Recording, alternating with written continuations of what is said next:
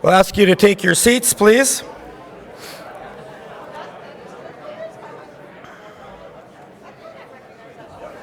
Yeah, here I am. Okay, well, you're all very excited to hear from me because I'm the person you didn't come to see, and I'm also the person you didn't come to hear. So I'm just going to talk a little bit about it's 8:40 or 9 o'clock this morning is when we're supposed to start, so we're slightly late, so we'll appreciate your cooperation by coming in and sitting down. We'll just mention that for those people, and it was not that many people who got up at 7:45 for speed networking, but it was very good quality. People really enjoyed it. I got some good feedback on it. I want to be very clear, I wasn't one of them up at 7:45, but based on the feedback, I'm encouraged to consider it. So we'll just mention that. I do want to tell you that I know that I'm telling you all the stuff that you didn't come to listen to, but I'm going to tell you something you're going to wish you listened to, and that's about how do you use the Attendify app, because I find myself after Preston Manning's description last night, which was to basically say ask somebody else because he's not a techie guy. If you get on your Attendify, you want to ask questions. So first of all, let's just go through the basics. Go to your app store and download Attendify, just Attendify from Google Play or Apple App Store. When you go in there, search for Manning as the conference. Our code is, and it's right in front of my podium, I believe, and everywhere else, MNC 2019. There's your code. You can use the same thing on Twitter as a hash mark. And this is, by the way, all in your registration badge if you say, oh gosh, why didn't I listen to that guy? But here's how you ask a question, because I was last night saying, I want to ask Karl Rove a question, I didn't know how. So here's how you do it. You private message. So later you're going to look for, if you want to do a message for the session that's coming up, you're going to look for Danielle Smith under people, and you're going to send her a private message, and it'll pop up, and that's how she'll know that you're asking a question. Okay, so one thing I wanted to say about Manning, I'm Michael Binion. I'm chairman of Manning Foundation. Cliff Friars is here somewhere. He's chairman, my co-chair with Manning Center. Thank you, that's my wife. Where we're at is that you're the movement, and what we're trying to do at Manning is say we're bringing you together because you're the movement, and we're talking about ideas that lead. This is the place where the best ideas rise to the top, and they rise to the top because of your opinions and how you react, what you decide, and what you do, taking Preston Manning's point, what you decide to do about it in terms of the ideas. And that none of this can happen at the price of the ticket without sponsors. Your ticket didn't cover the cost. If that's a shock to you, I'm going to tell it to you right now. And we need our sponsors. I want to thank our gold sponsors right now. That's Canadian Bankers Association. We saw them last night introducing Karl Rove. Air Canada, who gave out a donation or our prize last night as well. I want to recognize also Labatt, Insurance Bureau of Canada, AstraZeneca, MasterCard, Progressive Contractors Association, and the TD Bank. So please thank them, if for nothing else than getting you in at a cheaper price. Thank you. Say thank you to them. Thanks. Okay, we have just a couple things I want to let you know about. There is a rally today for carbon tax. Is anybody in here a big carbon tax fan? You're in the wrong room. You're in the wrong room. There is a rally today, 12:30 on Parliament Hill. So that weather's good. Should be fun. Noon. At noon. Thank you. So from noon to 1:30 is the correct answer. So thank you for the crowd, family. So please, Preston Manning said at the end of the day, you do something. There's a chance. It'll be fun. Do something. Show up at the carbon rally at noon. I also want to mention that before we start this next session, that National Coalition of Chiefs, Indian Resource Council, and the Petroleum Services Association of Canada have been over on Parliament Hill all this week at C69, C48 hearings. So that's doing real pipeline politics at the House of Commons. And the National Coalition of Chiefs wants me to tell you that on May 6th and 7th, they're going to be back here, and they'd love you to be here with them too for a conference. And you can find out more about that at the coalitionofchiefs.ca, coalitionofchiefs.ca. And they've been doing fantastic work to tell people, we should all know, of course First Nations are in favor of resource developments that they're part of. They've only been against resource developments that they're not part of. Okay, so now I just want to introduce Paul Bunner. We have another important activity at Manning, the C2C Journal. When we talk about ideas that lead and the opportunity for best ideas to rise to the top, this is an important journal for us, and I want you to listen to Paul Bunner say a couple words about our efforts there. Thank you, Michael, and good morning, everyone. It's nice to be back in Ottawa, where I spent a few years in the early 2000s writing speeches for the Dark Lord, who then occupied the PMO. I've only been back a couple of times since the arrival of Sunny Ways. There's another metaphor gone to hell, but like the Dark Lord, it was a gross exaggeration to begin with. I know many of you are familiar with C2C Journal, but here's a little history for those who aren't. It was founded in 2007 by a group of far-sighted members of the not-so-vast Canadian right-wing conspiracy, including Gwyn Morgan, Mark Milkey, and Preston Manning, who correctly anticipated that the mainstream media would continue to disappoint Canadian conservatives. From the beginning, C2C aspired to explore novel ideas about politics, economics, culture, and philosophy, and do them justice with a high level of journalistic and literary craftsmanship. The goal was to be interesting, fair, accurate, unpredictable, and entertaining. And from the get-go, with contributors like Conrad Black and David Frum and Michael Walker, it usually was. Over the years, C2C built up a small but loyal national audience of conservative and libertarian readers, including academics, journalists, political activists, and other influencers like yourselves. In 2014, the journal became part of the Manning Foundation for Democratic Education, and Preston showed either remarkable good sense or uncharacteristic recklessness by inviting me to become editor. Despite my long association with notorious journalistic troublemakers like Ted and Link Byfield and many others at Alberta Report, I was the editor who gave Ezra Levant his first byline. I've since managed not to cause too many headaches for Preston and the Foundation, despite publishing some pretty incendiary stuff in a social climate that is less hospitable to heterodoxy than at any time in my career. C2C was among the first, for example, to profile Jordan Peterson at length when he burst onto the scene in 2016. Our coverage included a 7,500-word transcript of our exclusive interview with him that attracted over 150,000 readers and reprint requests from as far away as Holland and Spain.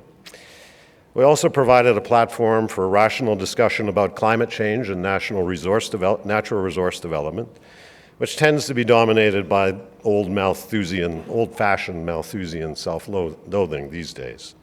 Speaking of which, we recently published a great piece deconstructing David Suzuki's People as Bacteria thesis, a kindergarten-level scientific analysis inflicted on tens of thousands of innocent Canadian school children.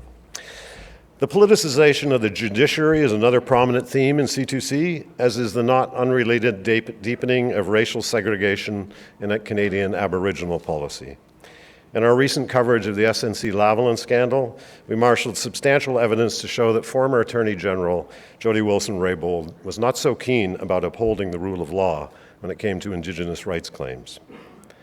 The politically correct reign of terror on university campuses, the rise of populist nationalism at home and abroad, and the self-inflicted destruction of Canada's oil and gas sector are also regularly profiled or chronicled in the journal. Through it all, we've tried to infuse our content with wit and humor to keep the spirit of Mencken and Twain and Richler and Leacock from being suffocated by the truly dark forces now laying siege to free speech. While we do not intend to apply for any of the $600 million in media subsidies promised by the Liberal government last year, we're very grateful to Prime Minister Trudeau for his generous personal contributions of grist for our mill.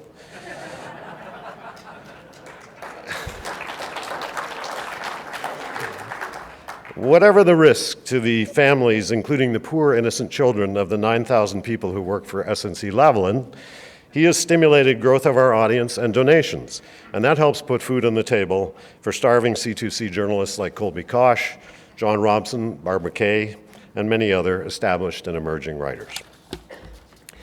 Indeed, Mr. Trudeau and like-minded progressives, including the current premiers of Alberta and BC, can claim some credit for the infusion of new funding C2C recently received from our generous and highly motivated donors. This has enabled us to increase our publishing frequency and volume, pay our writers more, redesign our website, and produce some multimedia content, all backed by a creative and sophisticated multimedia, social media marketing effort. We'd like to be able to do more, a lot more, including more investigative reporting. There are far too many important stories going underreported because the mainstream media doesn't have the will or resources to pursue them. It's not news that the old advertising-driven business model of journalism is broken. Unless you're the CBC, the future is user pay. That's a good thing. Fair, reliable news sources will flourish in a free market as consumers learn they have to pay for it. If you want to be on the cutting edge of this trend, please consider joining our subscriber list, which is free, and then rewarding us for good stories and encouraging us to do more of them with donations. If you come and visit the C2C booth this weekend, you'll find me in an optimistic mood about the future of conservative journalism. We have friends and colleagues here from other emerging publications like the Post-Millennial. I think Chris Champion from Dorchester Review is here this weekend. And the great folks at Cardis that publish Convivium. So I will be in a good mood about the future of conservative journalism, and with support of readers and donors like you, the future of the Journal in particular looks, well, sunny. Thank you.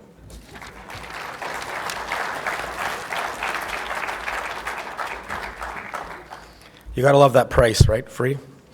Okay, so I think the kindest thing that I can do right now for Danielle Smith is to help get things back on time. So I'm not going to spend a lot of time introducing her. I'll just say that Danielle's a longtime friend, an amazing expert on policy, and has shown that there is life after politics with as a very successful host of 770 CHQR radio in Calgary. And with that, I'm going to ask Danielle and her panel to come on the table, to come on to the stand and talk about pipeline politics.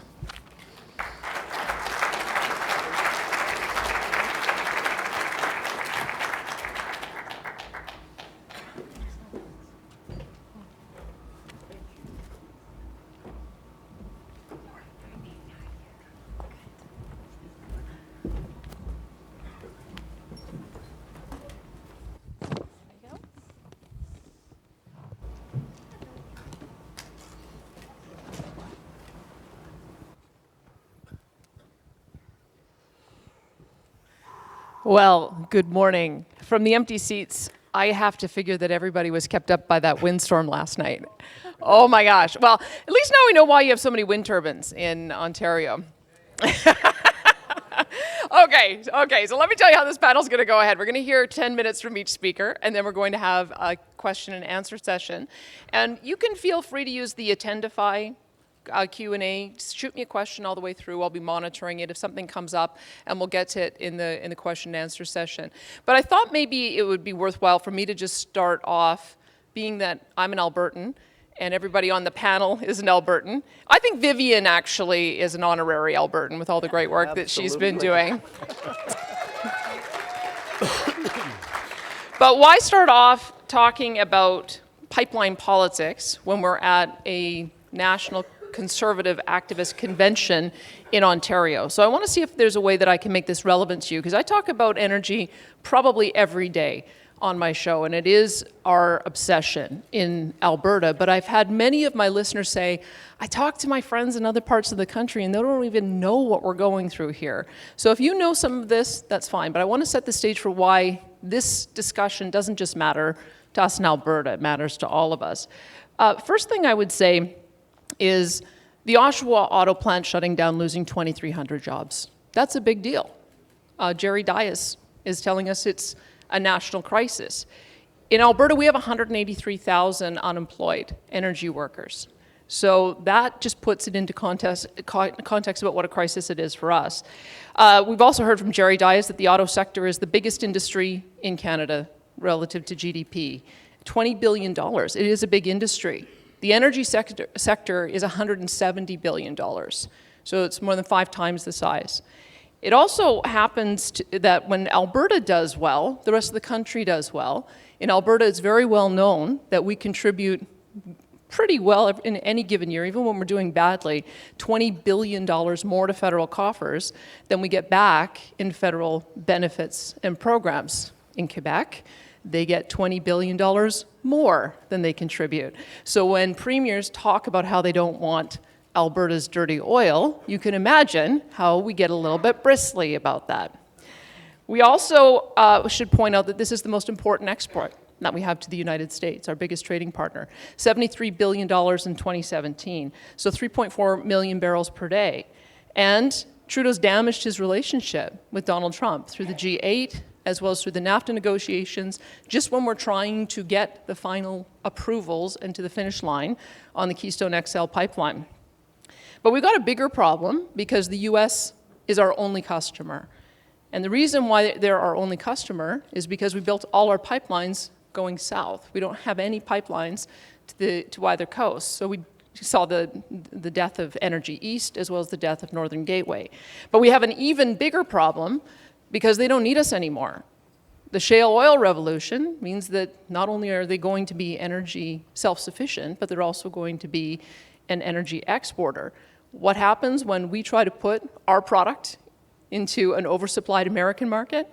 Well, we get a big price discount. If you hadn't read about that, $50 per barrel is what we were selling our oil at as a discount until recent actions by the government.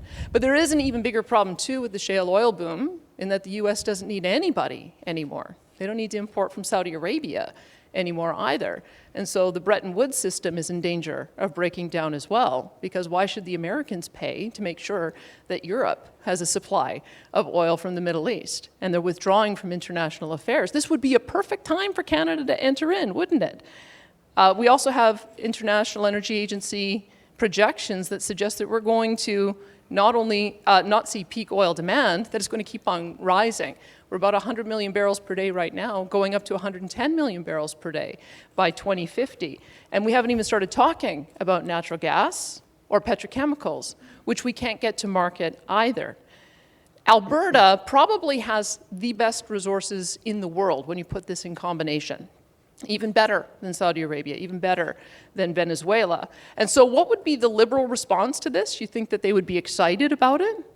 They've come through with a tanker ban off British Columbia's northern coast to prevent us from exporting our oil. And that's Bill C-48, you'll probably hear about that on this panel. And Bill C-69, which the Canadian Energy Pipeline Association says will guarantee that no pipelines get built again in this country. So as you can see, we've got an awful lot to talk about. So I want to first introduce, and I'll tell you the order that we're going in as well, the person who's been at the forefront in the Senate trying to do something about both of these bills, to give you an update on where he is at with that, the Honourable Senator Doug Black, our elected senator from Alberta, one of the few.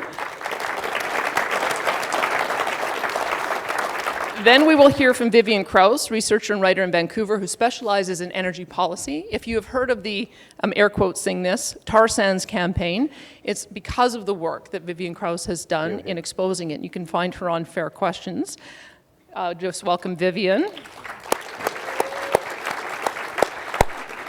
And we have Stephen Buffalo, President and CEO of the Indian Resource Council, who has been such a champion for resource development and for getting good jobs to our First Nations communities. He's really been such a strong voice. He'll be speaking after Vivian. and Paul DeYoung, president of the Progressive Contractors Association of Canada. They are the contractors who have a collaborative relationship with their unions, have done a lot of work pioneering a new approach to labor relations in the oil sands, and will be particularly impacted if we can't get pipelines built. So without further ado, we'll go over to Senator Doug Black and get started. Senator. Thanks, Danielle. Well, good morning, everyone. I'm very happy to have the opportunity to be with you this morning, and I'm very honored to be on a panel of such high caliber. I've had the privilege of working with Danielle over a number of years, and I can tell you she's an extraordinarily informed advocate for the energy industry, not only in Alberta, but obviously in Canada. And my other panelists, of course, I've worked with, almost all of them, and I know the type of contributions that they're making to the dialogue that is ongoing, and we're going to try and focus on this morning. Thank you also to the Manning Organization for the public policy work which is being done. It's important and it matters. To Preston Manning, he is a great Canadian. He's a Canadian that has always been involved in important debates and continues to bring his important voice to dialogue, and I'm very happy to be associated with him. And to all of you, you wouldn't be here on a Saturday morning if you didn't believe in the importance of policy and endeavoring to make a difference. It's an incredibly important time, from my point of view, in Canada now. We're at an inflection point.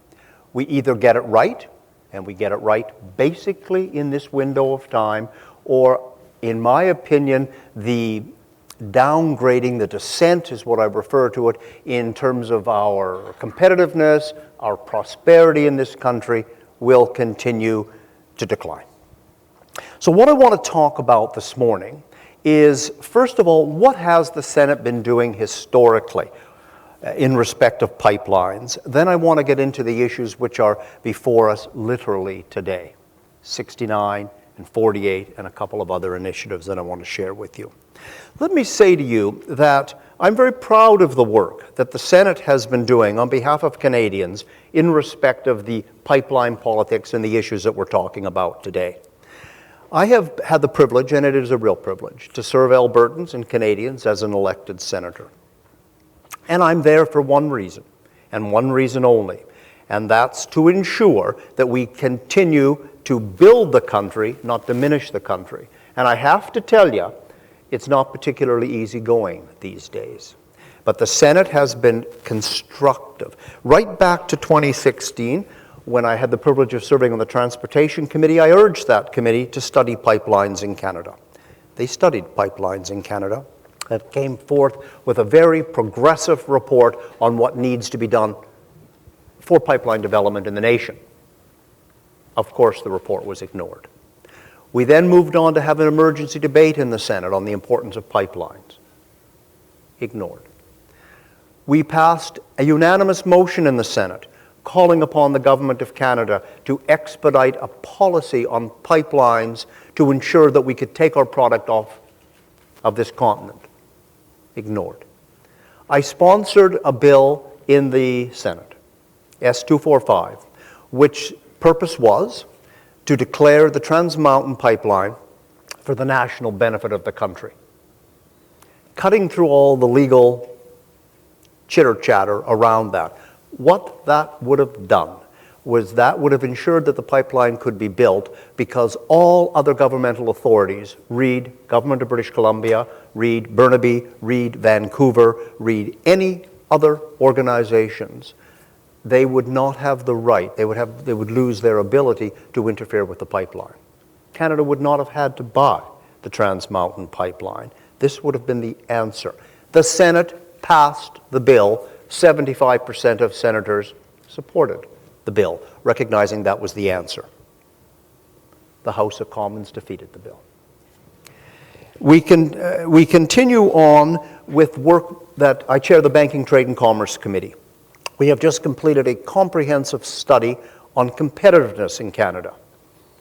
News at 9:30, we are dramatically losing our competitive position in this country for a number of reasons, including, but not limited to, the fact that we simply cannot move our product off of North America. And as Danielle pointed out, as is now commonly said, but a number of us have been saying for 6 or 7 years, our largest customer is now our largest competitor.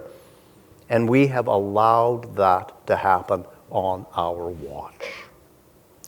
We have also in the Senate, again, Senator Tanis, another elected senator, there's only 2 of us actually, Senator Tanis and myself, both from Alberta, we promoted the concept, which I know the Manning Organization has as well, of a national corridor. The concept of a national corridor is we should have from Labrador down through northern Quebec, through the Ring of Fire, up to Fort Mac, through to Prince Rupert or Kitimat, a corridor wherein rail, fiber optic, pipeline, possibly road is built.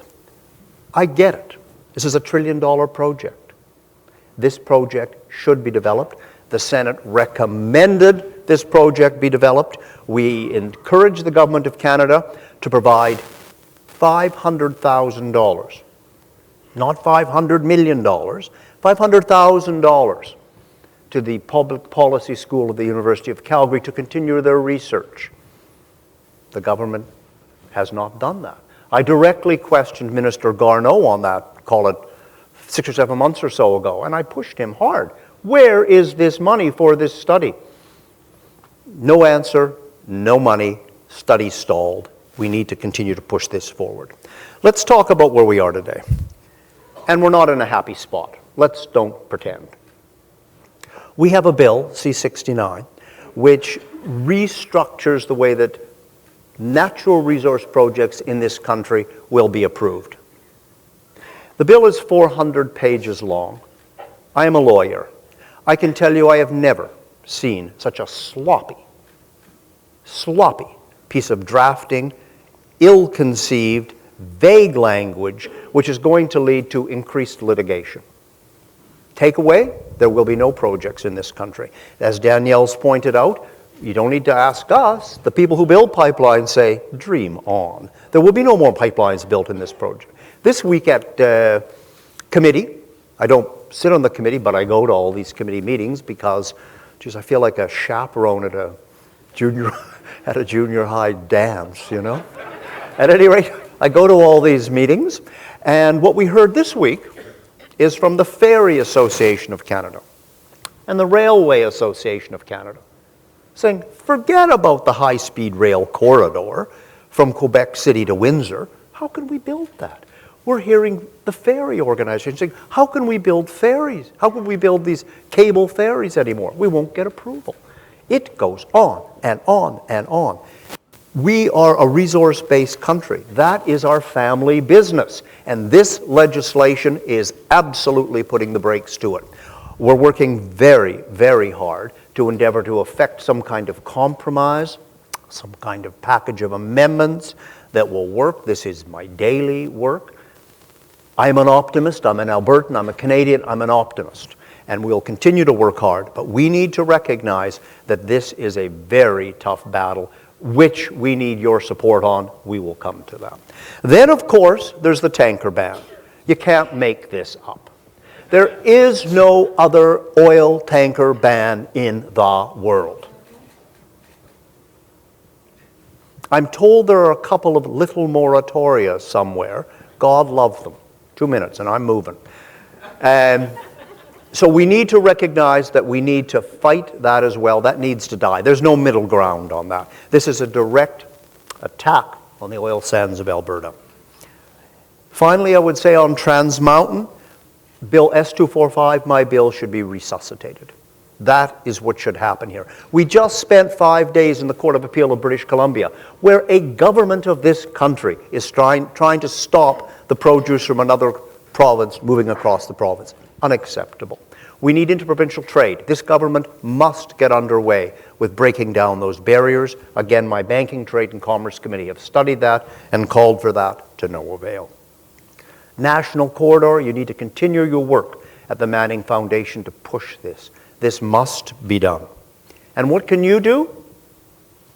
You can become, if you're not already, extremely active on 69 and 48 So the government understands it's not just some old, tired senators who are bagging on and lighting their hair on fire.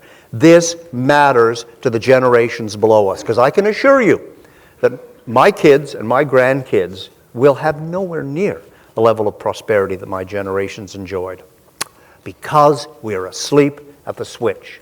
So join me, join the others on this panel. Let your voices be heard, because now is a time for Canadians to stand up. Danielle, thank you. Thank you, Senator.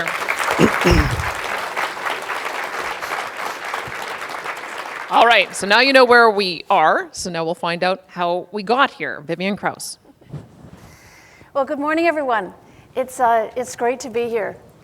Who'd have thought, that we'd be here on a Saturday morning to talk about pipelines, of all things, right? You know, we're not talking about fentanyl, which is killing more people in some cities than car accidents. We're not here talking about mental health issues, like the epidemic of suicides that we have in some communities, teenage suicides. We're not here to talk about that. We're not here talking about Canada's role in the world, what we can do in countries that are experiencing disasters like the cyclone that we're seeing it's hit in Mozambique. And we're not here talking about any of that important stuff that we could be turning our attention and our energy to. Instead, we're here talking about a pipeline.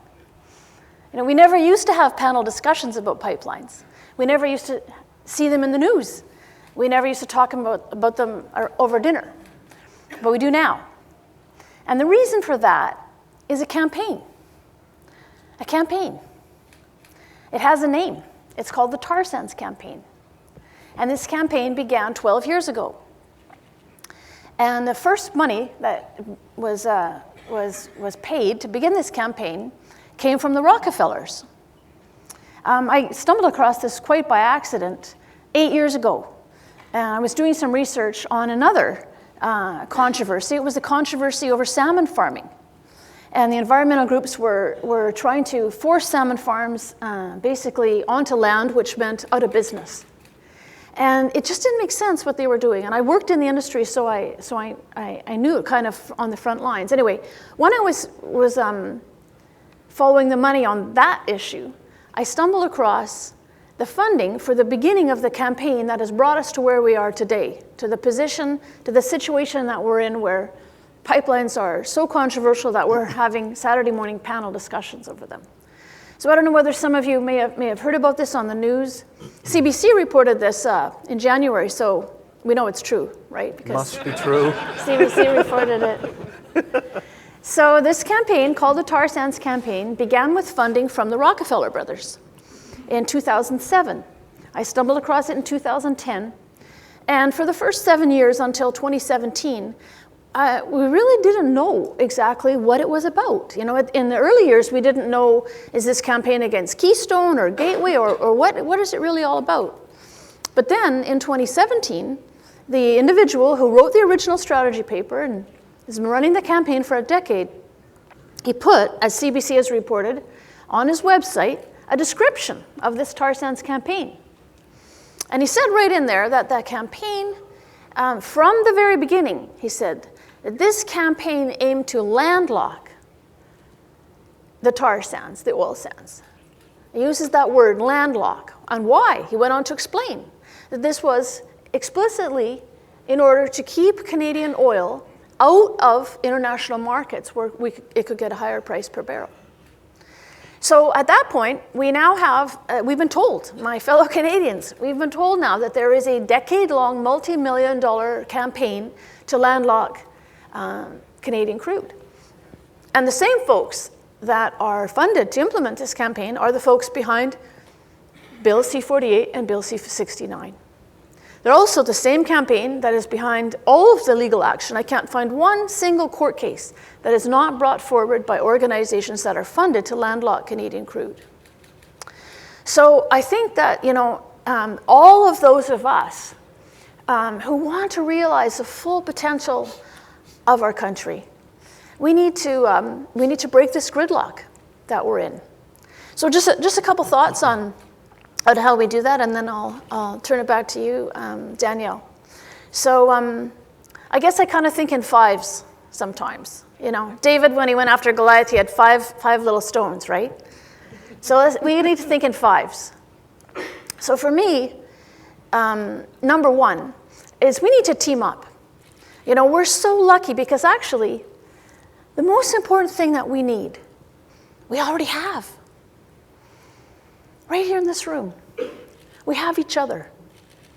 You know, the other side, they've teamed up. There's more than 100 organizations working on this tar sands campaign to landlock Canadian crude. 100 organizations in the US and Canada and in Europe. We need to team up too. On their side, they put a lot of effort into the caliber and the competency of their team. They work on their relationship building skills. They work on their communication skills. They work on avoiding misunderstandings and figuring out what to do when they happen. So they've teamed up, and we need to team up. And that involves everyone, especially First Nations people. But my second point would be, it's not just, you know, talking with our First Nations brothers and sisters. We need to get into full partnerships, and I mean financial partnerships, so that we recognize the legitimacy of First Nations in benefiting financially from the natural resources of their own traditional lands. So for me, that's really important. I think we also need to address some of the long-standing grievances of First Nations people, and I won't speak to those. Stephen can speak to that much better. But I really think we need to get at the deeper issues, not just the surface issues, you know, but where the pipeline goes and which channel it goes down. But we need to get at some of the deeper issues too. The third thing I think we need to do is I think we need to litigate.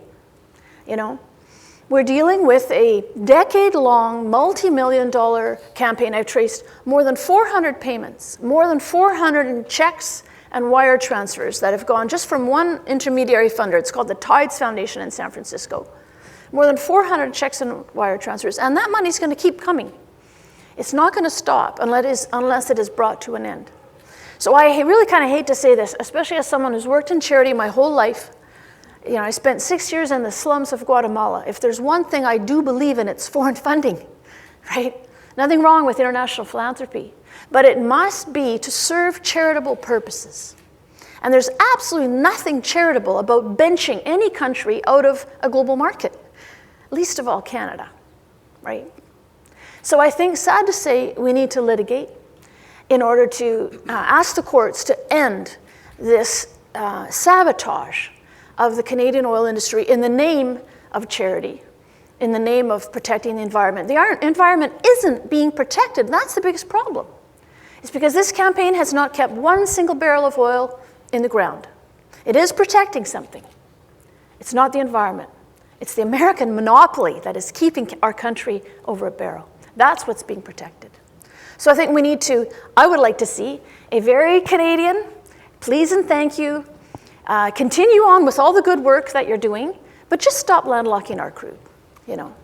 Just a nice, tidy piece of litigation to recognize the good work that these same funders are doing on fostering renewable energy, improving our energy, the efficiency with which we use energy, more kilometers out of every barrel. That's good.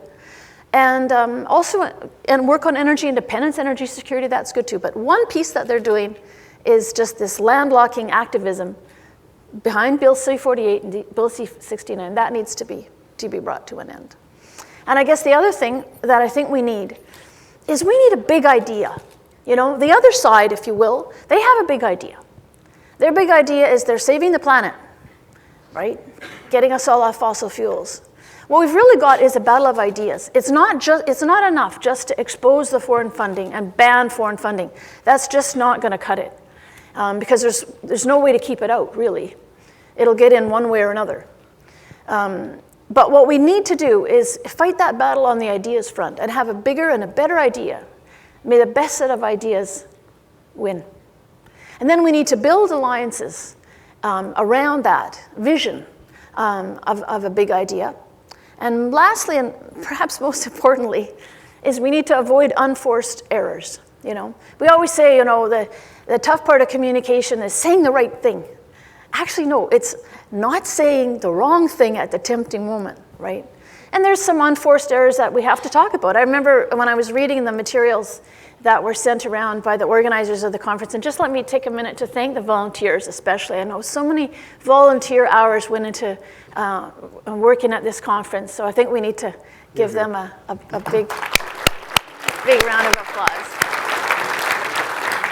But I remember reading in the material that, there was like, hey, we need to talk about things, not just the usual platitudes and the same buzzwords that we always use, but we also need to talk about what we need to do, and also what we need to do more of, and also what we need to do less of.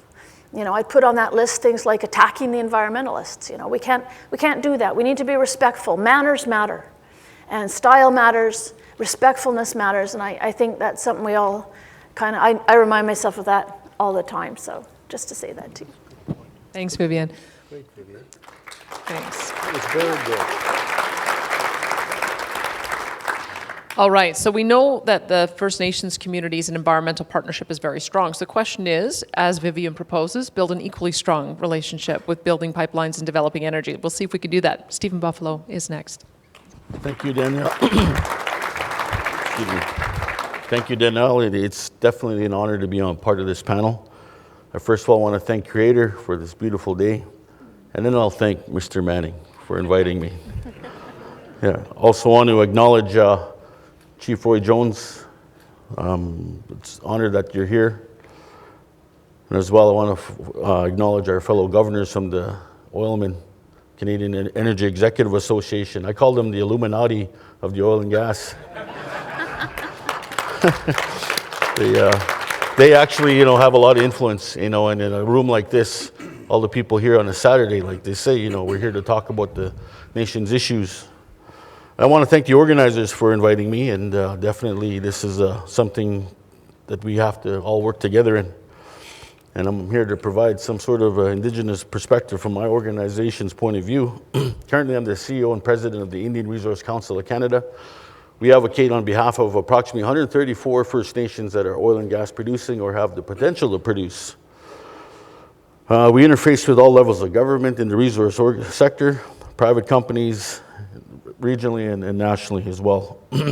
We work closely with an organization, a federal arm called Indian Oil and Gas Canada, and they're a special agency that have the legal responsibility to manage and regulate our resources on oil and gas development.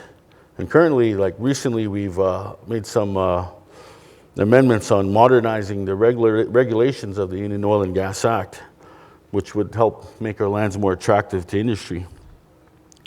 It may surprise you that we represent that many First Nations in Canada, primarily in the West. But the thing is, we support a strong economic development initiatives, like pipelines. And we're involved in large-scale corporations. We're involved in resource development, whether it be oil and gas, solar, wind, and other areas. And more excitingly now, cannabis. I've seen some of the sponsors here, and I've seen one of the sponsors going upstairs with a big bag of something at the VIP reception.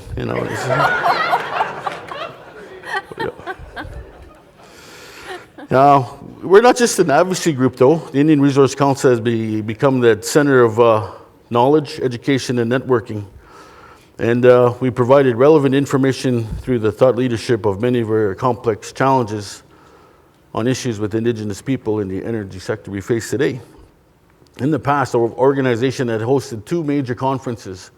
In 2016, we hosted the Pipeline Gridlock Conference. And let me tell you, it was like a bad sock hop. We had half of the room with industry and non-Indigenous on one side, and we had our Indigenous leaders on the other side. But, the exciting part was we had the dialogue a little bit, and then those tables kind of merged together. So it was very productive. And then recently, we had the Indigenous Energy Summit, a national conference that talked about, decisions on pipeline ownership and participation of our people. And I was very honored that Ms. Krause came in and presented, some of the issues that are facing us today. The thought of economic development is definitely not new for us. Through our histories, we've had strong trading with First Nations in the Americas. knowledge of the trade routes, knowledge of the land, the animals, and the ecosystem and the environment. So it's not new to us, economic development. We've always been able to sustain ourselves. And then we had a visitor come, Columbus, you might have heard of him. But, through that contact period, it was important that those partnerships were now being formed. The Northwest and the Hudson Bay Company, and that was crucial to the building of this nation we call Canada. They were chasing the beaver this way, or out west, and then I don't think much has changed. But, we've always been able to sustain ourselves. As Canada became more industrialized and settlers began to populate the West, our economies collapsed. In my case, the Plains Cree, it was the destruction of the buffalo. Our lives and our culture was around this animal. And at the time, traditional forms of government were displaced by Canada through various policies, legislation, and now what's in front of us, the Indian Act. And I got to tell you, it's not working. It's a system set up to fail. And previous governments have to take that into consideration. One of the first things my friend Mike Binion told me is we got to get rid of this Indian Act. And I didn't know where he was coming from a Canadian taxpayer's point of view. But he was absolutely right. It's not working. It's a system set up to fail. We've seen a budget announcement of more money for social programs within this Indian Act. And let me tell you, I'll be the first to tell you, that's not what we need. We don't need more social programs. Because it's a policy that's set up to fail for us. It's a policy we didn't have a say on writing. So when we hear more, there's going to be more money. Yeah, we want more money for cleaner water, better housing, infrastructure, and that, because we don't have leverage. So our ideal of economic development is through natural resources. And in Western Canada, we have a lot of our First Nations that have gotten into oil and gas because it's all around us. We've had to get with the corporate governance so we can participate with big companies. One of the prime examples, I'm from the Samson Cree Nation, and in our area we had one of the best world oil fields in the world. It is the Bonnie Glen Pool, and it was started production in 1952. So over 60 years, there's been oil and gas going on over this time, and we received significant royalties. But through all of this, decisions were made. Like our people had meetings with government and with industry, but decisions were made. And we were just like passive meetings. We're just sitting there that something has been decided for us. And not only that, we didn't see any jobs. So where we come from there now today is that we build a lot of capacity, and you see it now. We talk about the tar sands, and Suncor has stepped forward, and it's proof right there that industry and First Nations can do business together, given the size of that deal with Mikisew and with Fort McKay First Nation. So we're ready, and it gives an opportunity. But right now, we have the problem with the environmentalists. Let me be the first to tell you, if I see David Suzuki with a headdress on again,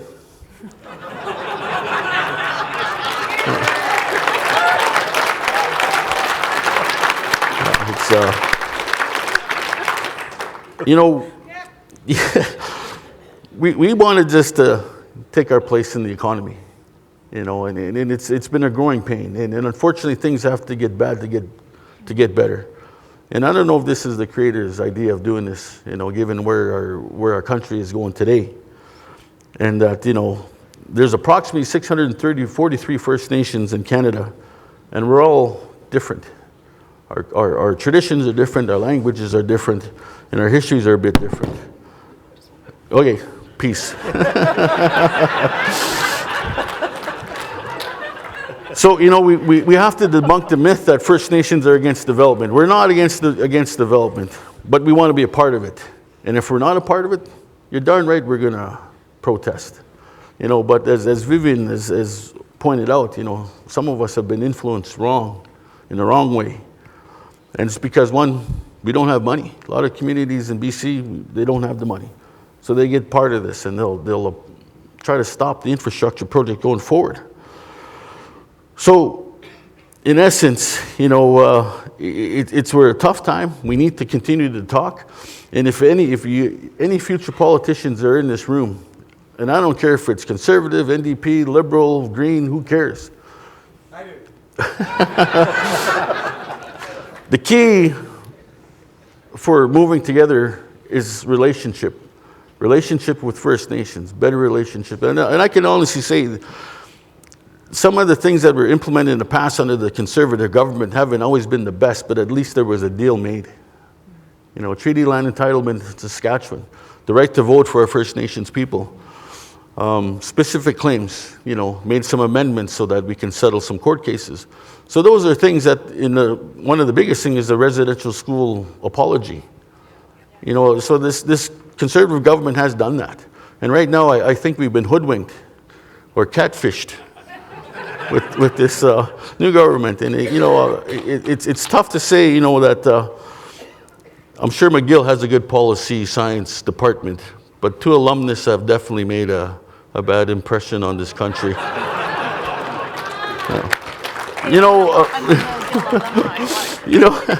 We're going to continue to have these discussions, and my friend Dale Swampy from the National Chiefs Coalition is having a conference here May 6th and 7th in Ottawa. And, we invite you to attend. We invite you to come. And it's the only way we can move forward together, and that's our objective. Our objective is to get out of poverty. I'm not trying to own a pipeline to be a pipeline owner. I'm trying to own a pipeline so I have a revenue source to combat the poverty that's stricken some of our people. Understand that. Thank you. Thank you, Danielle. Thank you. I'm not sure how many NDP activists are out there. If they were, we would have started off with wind and solar being the solution to everything, I'm sure. We probably also would have started off with the union perspective. If I may have broken one of Viv's rules about being a little hard on Jerry Dias, but Unifor has been one of the unions that was opposed to Trans Mountain. So in some ways, I kind of wish we had him on our side as opposed to fighting. But there are unions that do stand to benefit from energy sector development, and Paul de Jong is going to tell us all about that. Paul, go ahead. Well, thank you for the opportunity to the conference organizers and to all of you who've come. I have the opportunity to speak to you from a construction perspective. My organization is the Progressive Contractors Association of Canada, and just a brief description to put in context. The construction industry for many decades was a polarized industry with kind of traditional building trades on one side and non-union on the other. We've kind of come up the middle with our labor partner, CLAC, and we've developed an innovative new way of working together between labor and management that retains some of the sensibilities of the workers' rights to organize, but also the imperative to have a robust free enterprise marketplace where competition is key. And so I could talk more about that, and maybe there will be a chance to do that. But that really frames for us how we approach the pipeline industry, which is working together in collaboration, and I'll come back to that in a moment. So our members, we have about 120 members, construction companies across Canada who range from some of Canada's largest general contractors down to small family-run companies. We build everything. We build pipelines, we build highways, bridges, water treatment plants, hotels, hospitals, high-rises. So we are very intricately connected to this pipeline debate. It's very important to us. Thousands of kilometers of pipelines in this country have been built by our members over the past decades. And in particular, the Trans Mountain project is one in which, if and when it moves forward, our companies are going to build about 70% of that. So we've got a huge, kind of a literal stake in this question that we're trying to address here. We're proud of our members' profile in the business of building pipelines. We're proud of the fact that it provides thousands of jobs for Canadian workers. But we're concerned about the political posturing and the hyperbole that exists in our country. And we feel that it's time for pipelines to become a source of national pride rather than a source of national shame or frustration. It is shameful that we've allowed pipelines to be characterized in this manner. So before I offer some kind of concluding thoughts about how we can perhaps move forward, a couple of points of context, the first of which is rather obvious. The energy sector is essential to the Canadian economy. Danielle talked about the size of dollar investment in that sector, and there's the fact that it provides thousands of jobs, both literally but also downstream of the actual marketplace. There's the fact that this contributes to all Canadians through programs like equalization, and so the energy industry is very key. We're also world leaders in an international sphere in energy and energy transmission. I think we sometimes forget the fact that we have done the best work in the world in respect of how to build pipelines, but doing it safely, environmentally correctly, respecting communities, working with Aboriginal groups with joint ventures and business opportunities. It's a great story. We need to tell it. We need to tell it better. Thirdly, pipeline construction itself, the construction element, is an essential component of Canada's economy. The construction sector employs 1.4 million Canadians and occupies about 10% of Canada's GDP. So pipelines are a subsector of that, and obviously a very critical one, providing good middle-class jobs that our government talks about so much. Now, however, despite the critical importance of pipelines, this sector faces a lot of headwinds. First, for better or for worse, and I would say for worse, pipelines have become a choke point and a flashpoint. Vivian did a good job of explaining the fact that there are not just opposition or protests, they're systematic. When I saw the Tides Foundation, the Rockefeller document for the first time, I regretfully tell you that I've never seen as sophisticated a strategy document as that. So it's not only a matter, and I think Vivian underscored this, of a financial pathway, it's also an intellectual pathway. And we have not done that same type of intellectual coordinated work to build a kind of a buttress around our industry that can compete with that type of head game. Secondly, I would suggest that we are, and this is another obvious statement, approaching an over-regulation paralysis. Obviously, regulation is important and correct. None of our companies, working as construction companies or with engineering companies, oppose regulation. We think it's appropriate for all the obvious reasons. But think for a moment, this is from a Deloitte study. In the US, it takes 81 days to get a permit to start construction. Do you know how long it takes in Canada? 249 days. That's just for a permit, and that's on average. When you get into some of these bigger projects fraught with some of the, sort of the political and additional posturing, we're just ground down, and we cannot compete when our biggest, market is also our competitor, and they're getting to construction delivery more quickly than we are. Then we've got Trans Mountain, one of the most heavily consulted and reviewed projects in Canadian history. We're still standing on our feet with that project. We've got Bill C-69 and 48. So we've got serious challenges when it comes to regulation. Thirdly, the world, and especially the international investor community, has taken note. Statistics Canada figures show that $100 billion of foreign direct investment has flooded our country. When I talk to major proponents and project owners and folks from Bay Street and Wall Street, they don't want to do business in Canada. It's not because they don't want to, it's because they don't find it an efficacious place to put their monies. That's got to stop. It's unnecessary, and we need to reverse that. So in this broader context, it is obvious to all of us that political leadership is crucial. That's the name of this workshop. Particularly at the federal level and also provincially. I would argue, and I'll come back to that in a moment, that we lack a clear strategy, and the lack of that is really grounding us into a halt. I'm not speaking as an energy specialist. I'm a construction association person, but I am speaking on behalf of the many companies whose workers put on their helmets and safety gear every day. They participate in one of the greatest stories in this country's history, which is the design, the building, and the maintenance of our fantastic energy infrastructure. We're proud of that contribution and believe it's essential going forward, but we've got to do better. So here are some observations or recommendations. First, we need to tell our story, and we need to tell it better, more robustly, with passion, and unapologetically. It's a good story. It is not something that we need to be shameful of. We need more champions like the CEPAs and the PSACs and the Canada Action Groups and CAP telling this story. People like Vivian, who are, as an individual, punching way above their weight class, getting this story across. We need more of that. We need to do that together, and that's the teamwork that Vivian was talking about. Secondly, we need to recognize that owners and investors across the globe are looking for places to invest their money. So Canada is not a place, as I said a moment ago, that they don't want to do business in, but we need to make that opportunity for them obvious. We need to streamline our regulatory processes so that they are transparent and obvious. We need to make it easier for workers to get to work. There are a thicket of regulatory issues that impede the ability of workers to get credentials and to move across provincial boundaries. We have to stop that. We need that strategic provincial and federal leadership. The idea of a corridor, I'll just touch on briefly, because it is so important. Think of the fact that China is spending $900 billion to build a new Silk Road. They have a strategy. They're executing that strategy. They're putting political and financial and relational capital into that strategy. What are we doing with our assets? We're stranding them. We're sitting on them. It's a shameful situation. Sixth, this is a bit of maybe an area for the data geeks, but we have a tremendous amount of data in Canada. We have some collection of that data, but we don't analyze it in a coherent manner. In the US, they have a one-stop shop for data analysis and collection called the Energy Information Agency, and that's a strategic advantage that they have over us because data is king, and we're not manipulating and using our data to propel our strategy. Finally, I would argue, and this may sound a little bit immaterial in this kind of conversation, but we have to collaborate to win.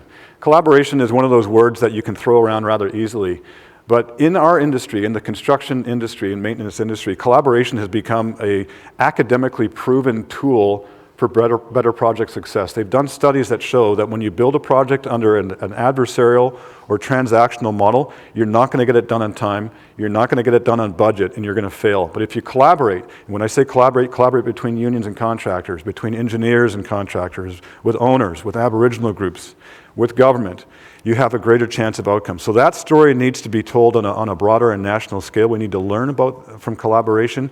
And this, again, is that teamwork that you spoke of, Vivian, and we need to do that better. In closing, I would suggest that Canada would do well to develop a vision for its energy future, a strategy map to get us there, robust data to shape the way, thoughtful design of energy pathways, constant innovation, and clear-eyed collaboration. Thank you. Thanks so much. Right on time. Everybody stayed within their time, which leaves lots of time for questions. Natasha got right in there, so I'm going to pose her question to the panel. If you want to text me, I've been monitoring it. So Danielle Smith should be easy to find. I don't know how many Smiths are in the profile there, but just send me a DM and we'll continue on. Natasha asks, how do we rectify the real issue of climate change while also pursuing oil and gas development? How do we tell environmentalists that developing oil and gas is not incompatible with fighting climate change? I want to start with Vivian and then go to Stephen Buffalo, and then we'll have the others weigh in on that. But Viv, why don't you start off? Well, I think, let's just be practical, right? We need oil and gas today, like this afternoon. And even if we wanted to go fossil free this weekend, it's impossible, right? So, that I don't think you don't need to convince people much of that. But I think what we do need to see is that the net result of this activism against Canada has been to push Canada out of the global oil market, right? And now we know that was the intention. It's not just an unintended consequence. We know now that was the original intention. So what happens? Look at Alberta, for example. 2015, the Premier of Alberta brought in a climate plan, and she increased the carbon tax.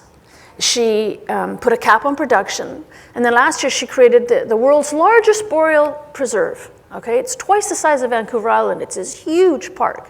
So she's done everything that this activist campaign asked for. Why is it still continuing?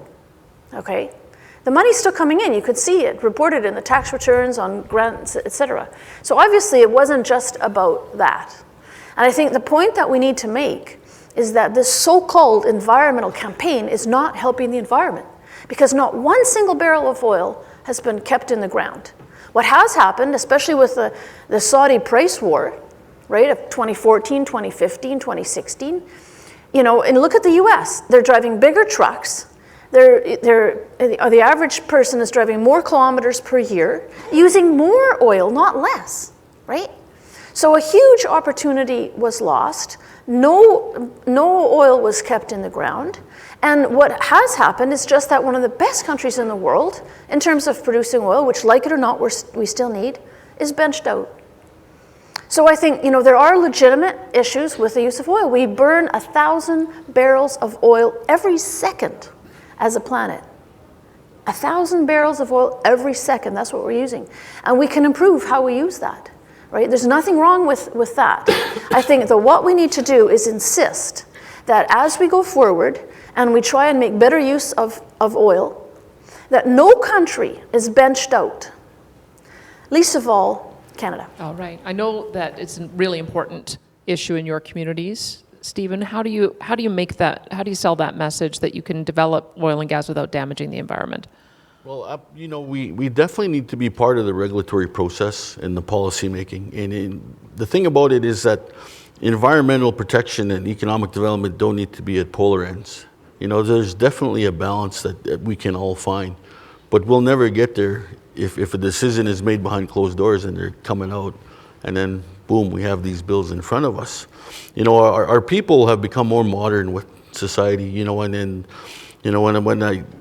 I'm lectured by some of our elders and they ask, to continue to do the work, and our young people need something to gain for, such as jobs. We still hunt, we still fish. It's just more modern. I guarantee you the coastal people are using gas-powered motorboats to go fishing.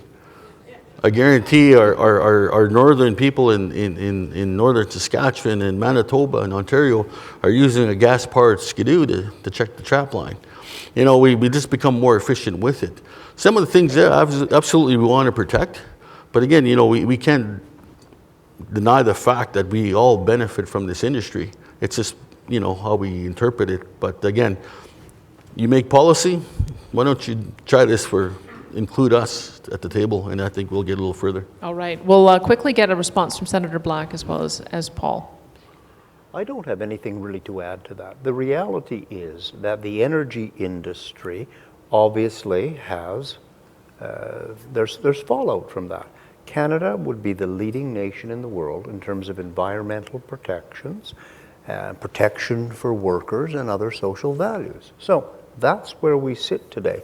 But as Vivian has pointed out, we have been benched, great expression, in favor of countries like Venezuela and Libya and Saudi and others who don't have anywhere near the focus on those issues that we do.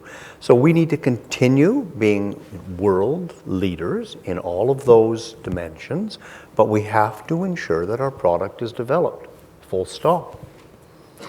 Let me ask the question to Paul a slightly different way. I think industry often gets duped into funding environmental organizations that are working against them. I'll put Sephora Berman out there from I think Forest Stand, and I'll put out even the Pembina Institute. And so they think by appointing them to different panels, they're going to get social license, and it never happens. So if you could comment on what industry's approach to that should be, or maybe are there some environmental groups that are pragmatic that we can work with? I haven't found very many. Well, yeah, you mentioned that sort of that trigger word for a lot of us folks, social license. I think that we've made a massive strategic mistake in allowing that to sort of happen. And it's not that there's underneath it all, some correct impulses, but I think that we've allowed this debate to become polarized, that it's an either or. It's either the energy or it's the environment. And I think when we kind of fall into that framework, we make decisions like social license that perpetuate it.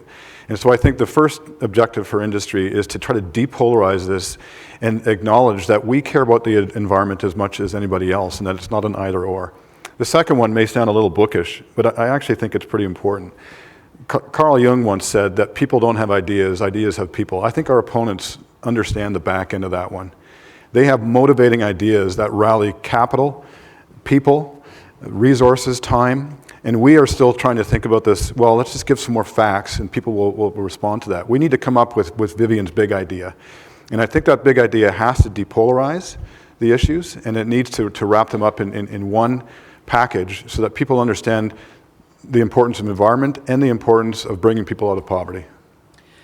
Olaf asked a question. I wonder if this is getting at the start of what the big idea might be. Is there a utility in discussing the costs associated with energy poverty? Can we change the debate that way? Senator Black, I'll start with you. There are a number of ways to go at this, but what I observe is the problem is lack of leadership. We can have the strategies, and I've been very involved in developing strategies and teams and messaging. Look around Ottawa, every bus stop you see, there's a message talking about how much Canadians are losing a day because Trans Mountain's not developed, and it's just not working. Our messages are not resonating, and it's because leadership at the highest levels in this country has not accepted the messages that we are trying to share with you this morning. And until we change that leadership, and while that obviously sounds partisan, I don't mean it to sound that, we need leadership who's invested in advancing the interests of the country, the economic interests of the country. And until we have that provincially and federally, we are going to continue to have these academic, intellectual conversations amongst ourselves. And the people who actually wield the levers of power are not paying attention. Anyone else want to weigh in on that one? Let's move on to this question to Stephen Buffalo, asking the question about, I think people want to help. We've talked about collaboration, but it does seem like both sides are yelling at each other. You've got activists yelling at each other. This comes from Kim. Is there a consensus priority for existing and future pipelines from the perspective of Indigenous groups? And how do we help? Is there some project or proposal that you're rallying around, or your community's rallying around, that we can add our voices to? Well, again, the issue for a lot of the communities is poverty. In Canada, we have the haves and the have-nots. You look at the three bands, the Squamish, Musqueam, and the Tsleil-Waututh, that are one of the biggest ones opposing the pipeline. Well, they're business people. They have land holdings in like $2.5 billion land holdings in Vancouver. Do they need the resources? No. Do they have access to better schooling? Absolutely. Do they have access to better housing? Absolutely. So their conditions are way different than my friend's band in Saskatchewan, in Quakatoos, that has nothing. There is no economic development. There is crowded housing. Oh yeah, and there's stuff called black mold that's starting to come around. So are they the same? No. And to find that resource and that group to come together is what we're trying to strive and work towards. Myself, Dale Swampy, the National Chiefs Coalition, the major First Nations Major Projects Coalition, we're all trying to work with communities to continue to fight. And right now, yeah, we're polarized. We're going against each other, and it's disheartening. And a lot of it is because they've been supported by these environmental movements. And it's difficult. Like here and even in Ottawa, in your biblical terms, there's a Judas. In our First Nations, are some of the historic leaders, a Sitting Bull and Crazy Horse and Geronimo. They weren't killed by the cavalry; they were killed by their own. So and that's some of the things that we have to try to work around and work with. But going forward, in the spirit of all of this, as much as we try to advocate, our purpose is to do something better for our future. So yeah, it might come off a little offset that, yeah, Stephen Buffalo wants to own a pipeline. Pipeline's going to kill the earth. Not true. Do some little research and, we'll find that Stephen Buffalo wants to end poverty for our people. Can I just build on that quickly? Go ahead, Senator. Yeah. And Senator Black will weigh in. Ever so quickly. On that very point, we have a group, First Nations-led group called Eagle Spirit, who want to develop a pipeline project from Edmonton through to the west coast of British Columbia. This is a First Nations project, billions of dollars. They have the capability to get it done. They have the political support at certain levels to get it done. This tanker ban prevents that. With this tanker ban that the government is proposing, this project can never be developed. And to your point, it is absolutely guaranteeing those First Nations to a life of poverty. And one more thing on that, because I've interviewed Calvin Helene about it. Yeah. They want, just jumping off the idea of the utility corridor. They want it to be able to build multiple pipelines and be an energy corridor along with who knows what else they'll be in there. Did someone else want to weigh in? Yeah. Go ahead. If I could add, I think where we are today with the pipeline paralysis that we have, I think a large part of the reason we got to where we are is because we were misunderstanding the problem. And we misunderstood the activists. We were working under an old and outdated set of assumptions, which is that the activists were honest brokers and that there were no outside interests. and that there was no money, right? Well, now there's a lot of money. There is an agenda, and there are outside interests. So now, to understand a problem, the first thing to solve a problem, the first thing you have to do is to understand it. And we couldn't understand it as a nation because we weren't even talking about it, right? But I'm happy to say, and this is a cheery point, in British Columbia, we are having a sea change. It's so exciting, and I'm so hopeful about it because we can now talk about the American funding that is affecting our elections, and that is affecting our industries. And we can talk about it because of the First Nations leadership. I kid you not, there was a taboo in British Columbia in political circles for 20 years. No one wanted to talk about it. They would say, oh, the Americans, these foundations have billions. We only have millions. We have to acquiesce, appease and capitulate, play nicely. And it was the First Nations people. It was people like Calvin Heelan and Ellis Ross and Dale Swampy, who's here today, and Chief Roy from Haisla, and Chief Teresa, from up in the north, and people like Crystal Smith. It was our First Nations brothers and sisters. They're the ones who broke the taboo. And now we can talk about it. That's really good. But we still need money, and that's what Bernard is asking. Let me turn it to Paul. He says, how do right-leaning activists become as well-funded as those on the left? Do you have some thoughts on that? Sorry, just repeat. How do those groups that you mentioned earlier, Canada Action and others, how do they become as well-funded as those on the other side? I think it does go to a very difficult a component of corporate bravery, if I can use that term, because I think a lot of corporations who are international on level and have public shareholders are very concerned about how that's going to translate their corporate moves. And I think that they need to, again, going back to the narrative, reinforce to themselves, to the people who work for them and the stakeholders who support them, that their objectives are not different fundamentally than those on the other side, but that there's a different way to get there, and to have the corporate courage to fund those things, to tell that story. So I think it comes back to a motivating narrative that the corporations can say, we can get behind this and we can fund it, but it has to come from the top. Okay, one more, and I think this is important because we're running out of time. You talked about Quebec at the starting session. This comes from Emile. What's your recommendation to the Quebec population and government of Quebec to make pipelines more socially acceptable? What should be the Quebec strategy? Let me start with Senator Black. Man, oh man. The zinger at the end.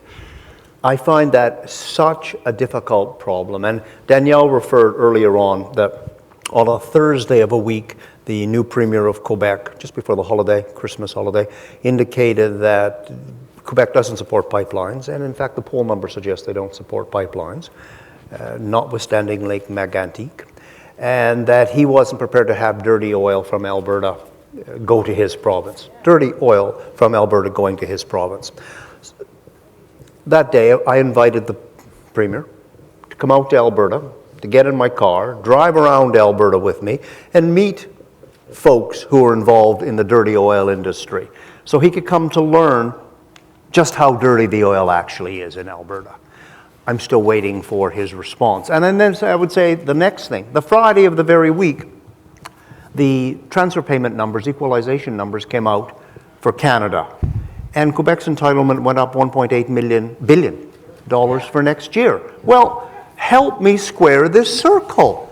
So the answer is I have absolutely no idea. Let me see if we can end on a positive note. Yeah, we need a positive Because note. I'm going to ask Stephen Buffalo whether or not there are Indigenous activists and chiefs in Quebec that can give us the same kind of breakthrough in this discussion the way Vivian was talking about in British Columbia. Absolutely. One of the things that you'll never hear about is Quebec Hydro and the Northern Cree. A deal that they said would never happen, and now they're benefiting from a project like that. But again, this is a province that dumps raw sewage into the St. Lawrence, so I don't know. Okay, we got more work to do on that last question. Let me just thank our panelists, Senator Doug Black, Vivian Krause, Stephen Buffalo, and Paul de Jong. You can thank them as well by giving them a round of applause.